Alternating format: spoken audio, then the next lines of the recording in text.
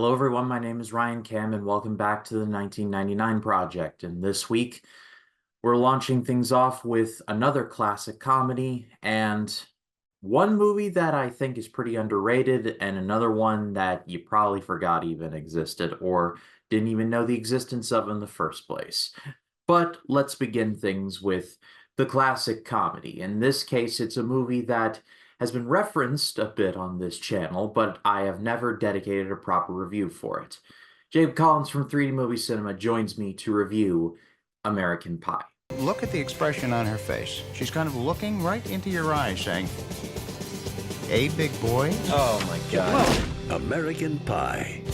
American Pie was directed by Paul Weitz, and it starred Jason Biggs, Chris Klein, Thomas Ian Nicholas, among others. And joining me for this particular portion from 3D Movie Cinema, it is Jacob Collins, who is doing very dirty things right now. Sorry. Uh, I was watching the illegal channels, with Was the tube sock. was the pie good for you? It was delicious. It was really good. Felt like warm apple pie. But thank you for joining me. This is my first time watching this, and you have been beating down my door. You what? That's the wrong usage for that word, but there it is. Beating down my door to review this with me, and so here we are. You have I'm actually want to do the whole series too. American Pie 2 is even funnier. They get funnier as they go on. It's even raunchier in part 2. well, I'll definitely think about that for 2025. But this movie was directed by Paul Weitz, like I mentioned, and the movie is basically about four high school boys who all create a pact together to lose their virginity before their senior prom. And it is about the exploits of them trying to do this, and in many cases, failing to do so. But I had always heard about this movie. I had never really stayed away from it. I just never really had gotten around to it until now. And I can definitively say that this movie was far better than I was anticipating. It was actually really funny and kind of deep on a couple of occasions, which I did not expect with a movie featuring Jason Biggs doing very sexual things with an apple pie and Sean William Scott drinking a beer that is laced with love juice, for lack of a better example. But this movie is far better than it had any right to be. But Jacob, you've got a pretty good connection to this one. I apparently people think I look like Jason Biggs. So people in my high school years used to call me the pie fucker because I look like Jason Biggs from American Pie. Okay. And look, and you know what? When we had quotes literally, and it goes, I literally wanted to put I am not the pie fucker, but you can't use profanity. So instead I literally I literally they like I said, well, they said I couldn't use that. I was like, what about if I should have said, why can't I just put I'm not the pie smasher? But I mean, I guess it would have rang us, but still. I'm like, yeah, literally, yeah, but I look okay. People always say there's a couple people I always look like Shia LaBeouf, Adam Sandler, then the pie fucker. And now apparently Mark Rober.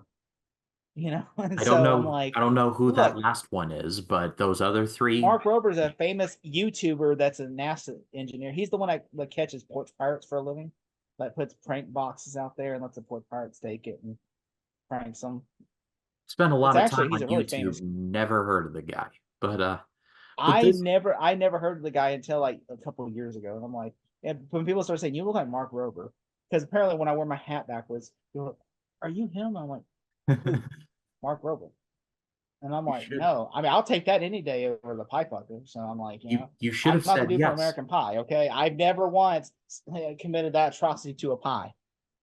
You should have said yes. That's all I'm saying. But as far as American Pie goes, this was one of a slew of just teen comedies that came out in 99, high school movies to be specific. And with the exception of 10 Things I Hate About You, and I think I'm forgetting one that I quite liked. I I have just been not a fan of this particular kind of movies, but I don't know what it is about American Pie. When I was done watching this, I was like, this is better than I could have ever anticipated. and this is like the first time for a lot of people, like Sean Scott, Yeah. like Shannon Elizabeth, what else? Allison Hannigan. I mean, this is like pre Buffy, I think. Yeah, you also have Eugene Levy in here, who he had a long career before this, but for a generation, this is like the thing that he is known for. We'll Jason touch on Biggs. him in a second. By the way, this movie is not even supposed to be called American Pie. It's supposed to be called East Great Falls. Not gonna lie, I like American Pie better. It like stands out more. Like East Gray Falls, it sounds like the most generic title ever. Yeah, they literally like I think it was a couple of people were like, well, like I said, I think everybody was going to do the movie, and then I think the director, which I think is Hmm.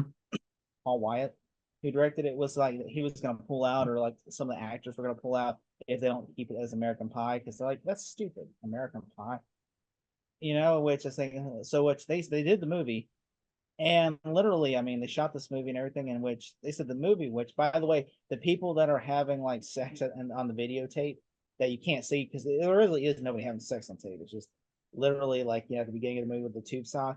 That literally is Finch's voice and not Natasha Leone's voice. Natasha, Yeah. that's Uh, their voices. They did that voice because they're like they didn't have no money, so they're like, hey, y'all want to do this voice? And so Thomas, they were ad libbing like one of them. He said the line where Thomas Finch says, "Slap my hairy little ass." That was just ad lib that, and then Natasha says, "Ride me like a pony." And they're just ad libbing that, and the studio's like, "Hey, keep it in. This is funny." And they said, "Wasn't they literally were just supposed to just make noises?"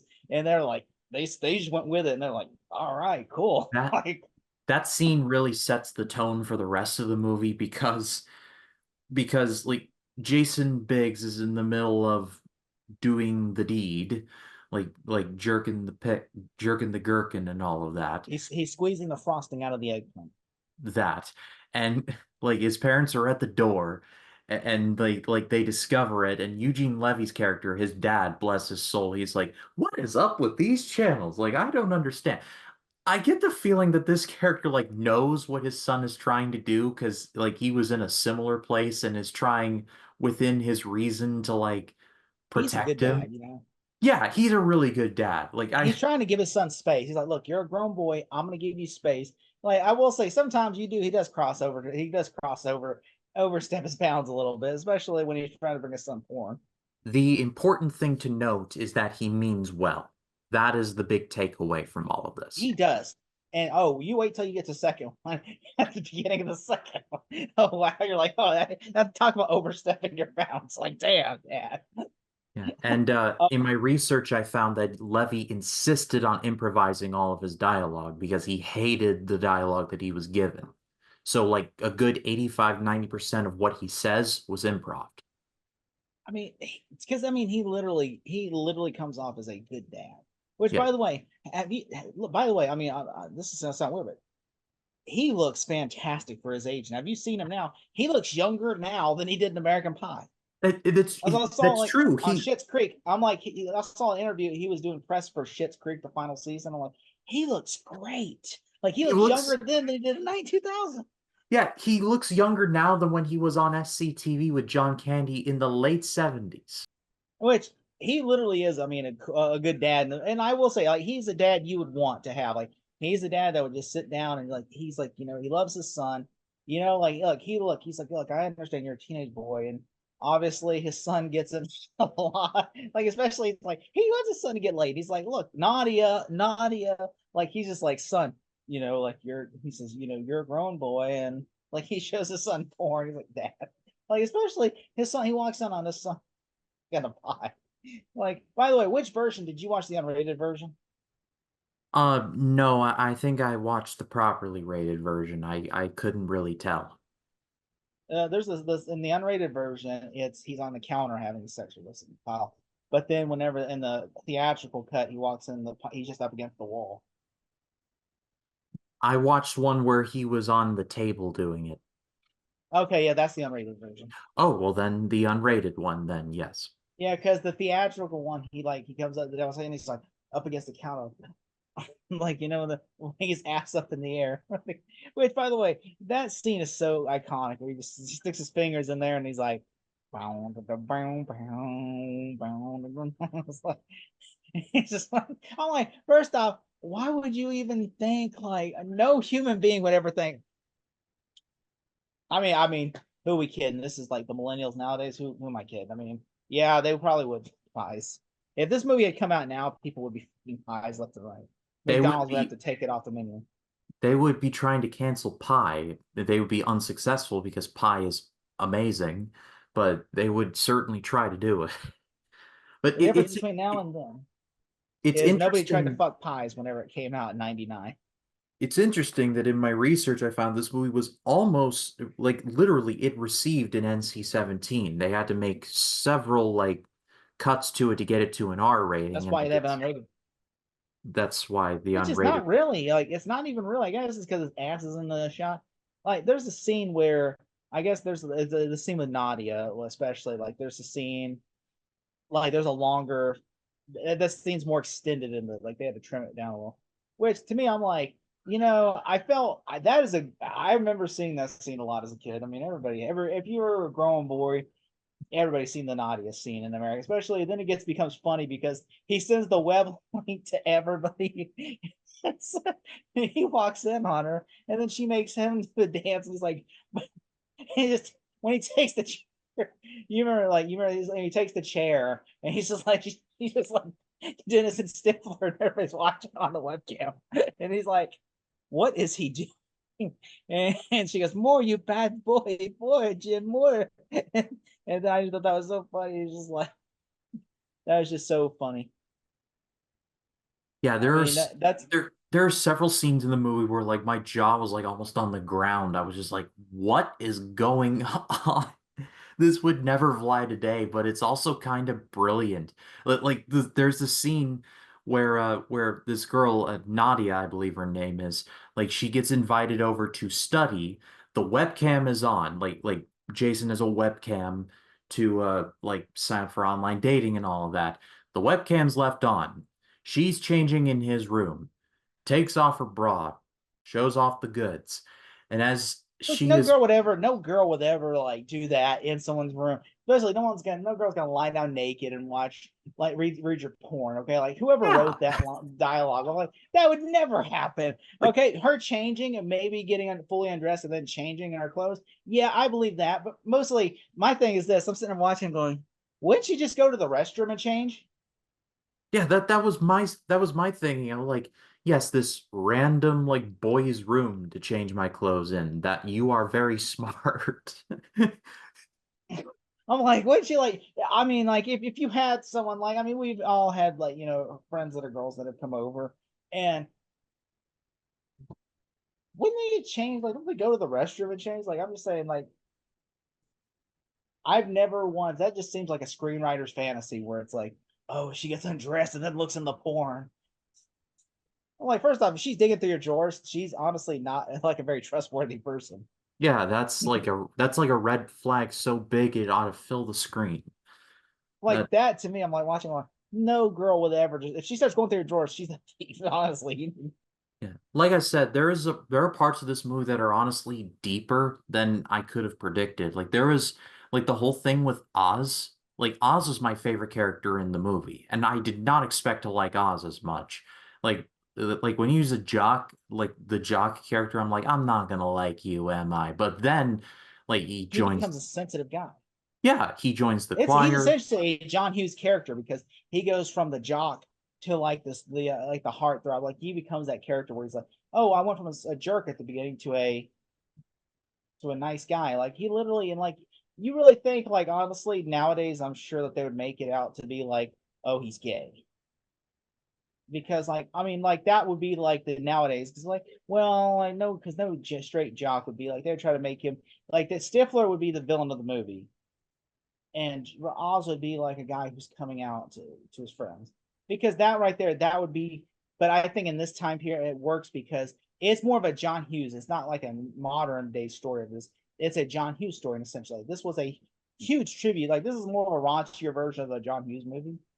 Like Stifler obviously is the funniest character of the movie because he's just an asshole. Like Yeah. like he's the villain of the movie, which like they literally like Oz is literally like the character that I would say he's the nicest. Jim is just like the you know, the Barney Pfeiffer, where he just keeps getting himself in, like, especially whenever he gets excited more than once, and he blows he blows the situation Yeah, with that, multiple twice. I felt so sorry for him in that moment. Like, you have a 10 that she wants you and everything, and then when she says shaved is the perfect, I'm like, when he says holy shit, and everyone's Oh, like, holy shit.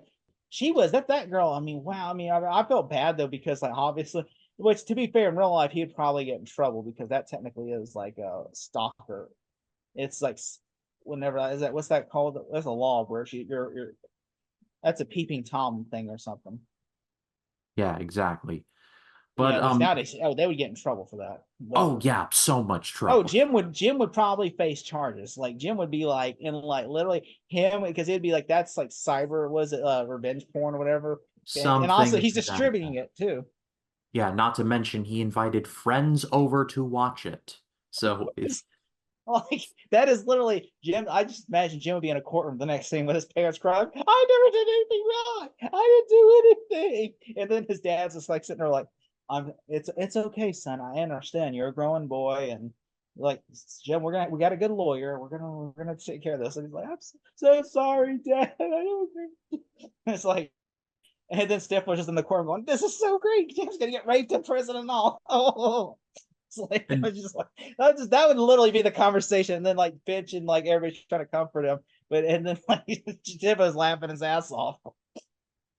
but like I said, this movie's kind of deep in the sense that all four of these guys like are running towards like losing their virginity, but that's like the only thing that they're like shooting for.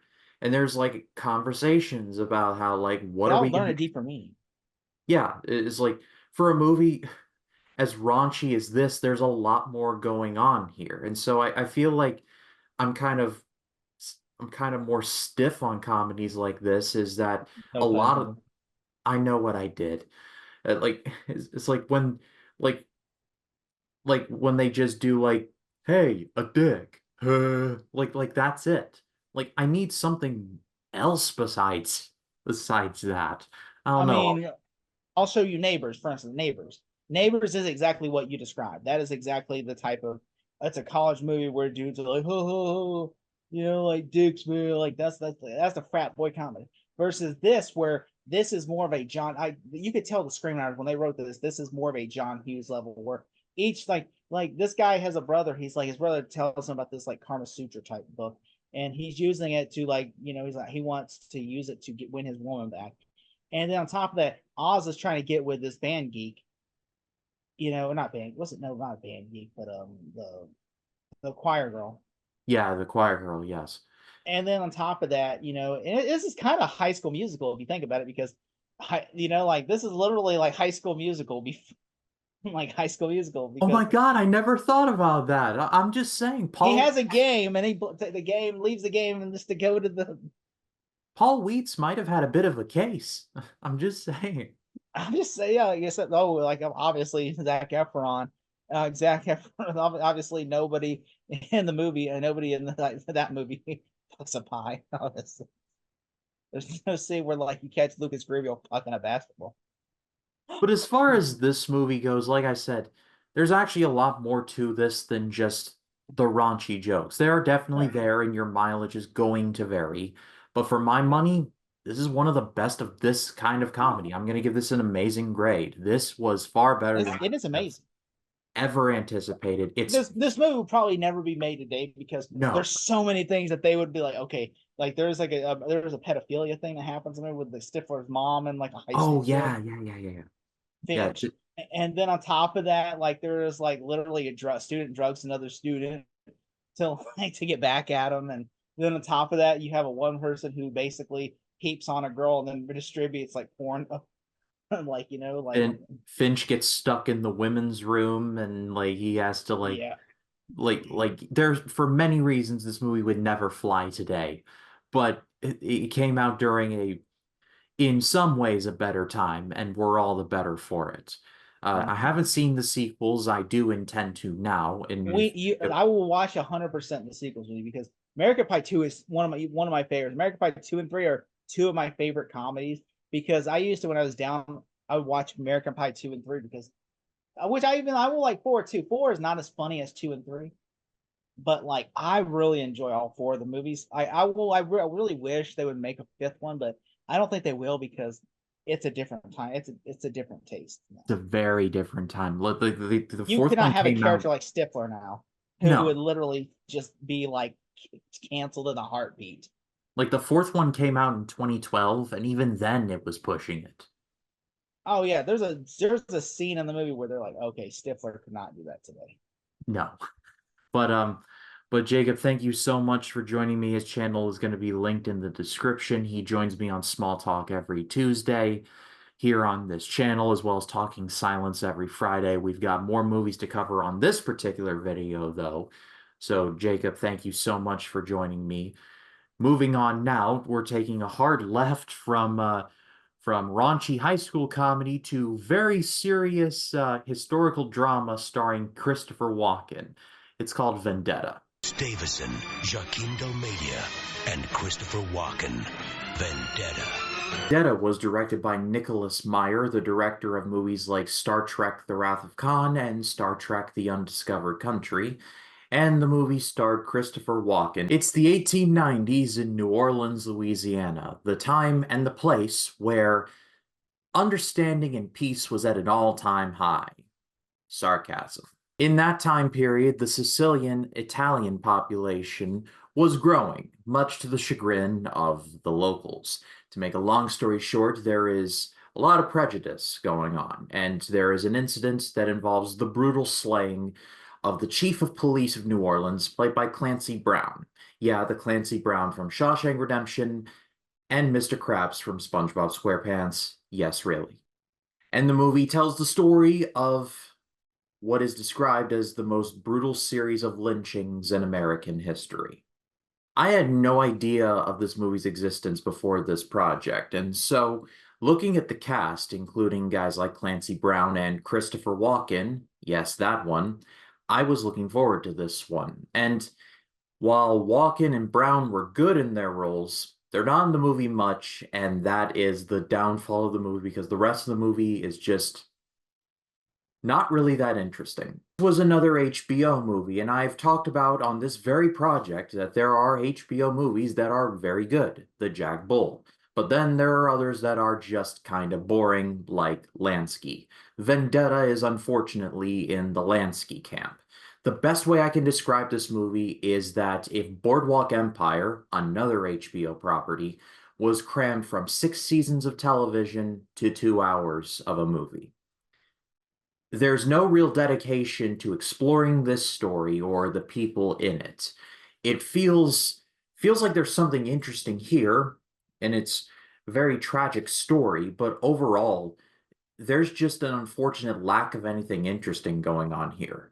Which is sad, because this is a very sad story of prejudice and of discrimination against immigrants. You would think that that would be a little more powerful, I guess. But the movie didn't really do a good job at that, in my opinion. I feel like Boardwalk Empire did something similar, exploring prohibition, a lot better because there was room to breathe with that one. And details of the prohibition in that era were definitely enhanced, let's just say. But that was based on a true story. And so with Vendetta, it just comes across as very much like going through the motions almost. If you're going into this movie for Christopher Walken, he is not in the movie much, even though he is literally on the front of almost every poster that I have seen. And Clancy Brown dies in the movie, so the two biggest heavyweights in the acting world in this movie are dealt with pretty quickly. I don't think this is necessarily a bad movie, but it is very forgettable. It definitely screams like this deserved a miniseries, and a 2-hour movie just feels like a disservice. Close things out this week by taking a look at an underrated paranoia thriller starring The Dude and Andy Dufresne. It's Arlington Road. We're having a party. You're more than welcome to stay. Arlington Road was directed by Mark Pellington, and it starred Jeff Bridges, Tim Robbins and Joan Cusack. It tells the story of a college professor, played by Jeff Bridges, who lives across from neighbors that he would consider pretty out there, but are otherwise normal. Out there in like the quirky kind of sense. But the more that he digs into their history, he quickly realizes that they are of a certain far-right persuasion. Little does Little does Jeff Bridges' character know that he is a puppet that is soon to be tied up in his own string.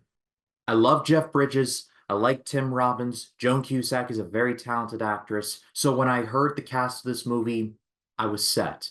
Like they could be playing chess, like literally playing chess as themselves, and I would be there for it. But thankfully, the movie was a lot more than that. The movie's not perfect. It's definitely plays on cliches for a paranoid thriller like this, and you have definitely seen a version of this movie before. I will reference Conspiracy Theory starring Mel Gibson, just as an example. But this movie is honestly way better than I was anticipating.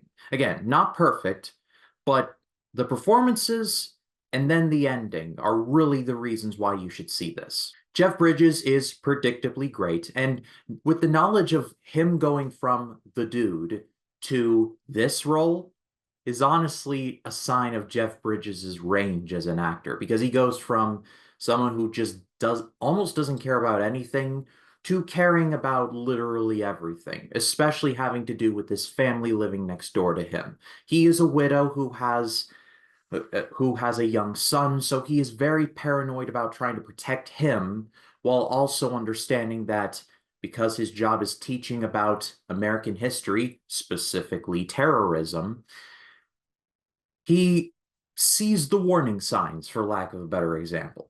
Tim Robbins is good as well, and so is Joan Cusack. But really, this is the Jeff Bridges show. And if you just know Jeff Bridges as the guy who, talks like the dude or talks like Rooster Cogburn from the Coen Brothers True Grit movie, maybe you should watch this and show that Jeff Bridges is actually, subtly, a really good actor. Again, this plays off similar beats to a lot of similar conspiracy, paranoid thrillers, especially of the 90s. You have definitely seen a version of this movie before, like I said.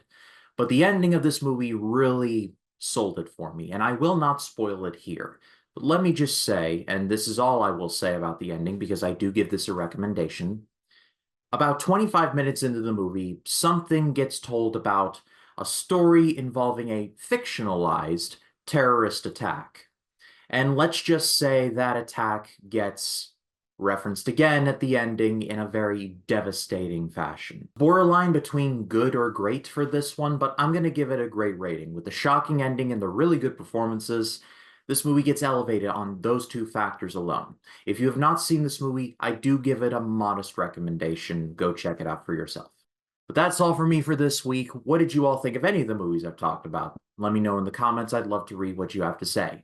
And next week for the 99 Project is probably, pound for pound, going to be the biggest week of movies that I have covered from 99, probably since early March, with 10 Things I Hate About You and The Matrix coming out the same weekend. Let me just give you a brief preview.